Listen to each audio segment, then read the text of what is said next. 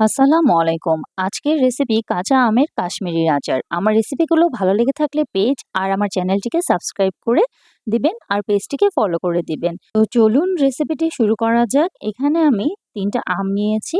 এই ৩টা আমকে খোসা ছাড়িয়ে ভালো করে ধুয়ে নিয়েছি। এখন সাইজ মতো কেটে নিব। এই কাশ্মীরি আচারটা তৈরি করতে অনেক বেশি মশলার প্রয়োজন হয় না। ঘরে থাকা কিছু উপকরণ দিয়ে খুব মজা করে রান্না করা যায়। এখন একটি বোলের মধ্যে পানি নিয়েছি আর সামান্য একটু লবণ দিয়ে আমি আমটাকে ভিজিয়ে রাখবো। এতে আমের যে টক ভাবটা আছে সেটা চলে যাবে। আর আপনারা যদি টক বেশি খেতে পছন্দ করেন তাহলে পানিতে লবণ দেওয়ার কোনো প্রয়োজন নেই। এখন পানিটা থেকে আমটা তুলে নিয়ে একটি কাপড়ের সাহায্যে ভালো করে মুছে নিলাম। আর এখানে একটি পাত্রে ৩ চামচ চিনি নিয়ে নিচ্ছি। এখানে আপনারা মেজারমেন্ট কাপও ব্যবহার করতে পারেন। তো আমি আমার সুবিধার্থে চামচ দিয়ে চিনিটা নিয়েছি। আর এখানে আধা কাপ পানি দিয়ে দিচ্ছি। দিয়ে এখন এই চিনিটাকে ভালো মতো নেড়েচেড়ে একদম গালিয়ে নিব। চুলার হিটটা মিডিয়ামে থাকবে। তারপর এর পর্যায়ে আমি দিয়ে দিব আদা কুচি।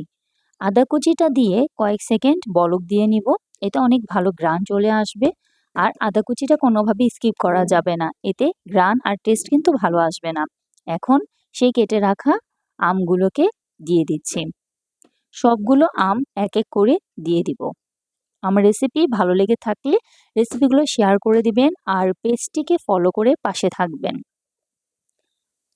তো এখানে আমি সবগুলো আম দিয়ে নিলাম আর অবশ্যই চুলার হিটটা মিডিয়ামে থাকবে। তারপর শুকনা মরিচের বিচিগুলো ফেলে শুধু মরিচটাকে আমি এখানে দিয়েছি কুচি করে। এতে খুব ভালো ঘ্রাণ আসে আর আপনারা যদি ঝাল খেতে পছন্দ করেন তাহলে মরিচটা ব্যবহার করতে পারেন। তো এখানে তৈরি হয়ে গেল কাঁচা আমের কাশ্মীরের আচার। এটা দেখতে যতটা সুন্দর হয়েছে খেতেও খুবই মজা। আমার বাসার সবাই এই আচারটা খেতে খুবই পছন্দ করে। তো আমি সবসময় এটা এভাবেই বানিয়ে থাকি। তো কেমন লাগলো তা অবশ্যই কমেন্ট করে জানাবেন। আজ এ পর্যন্তই। আল্লাহ হাফেজ।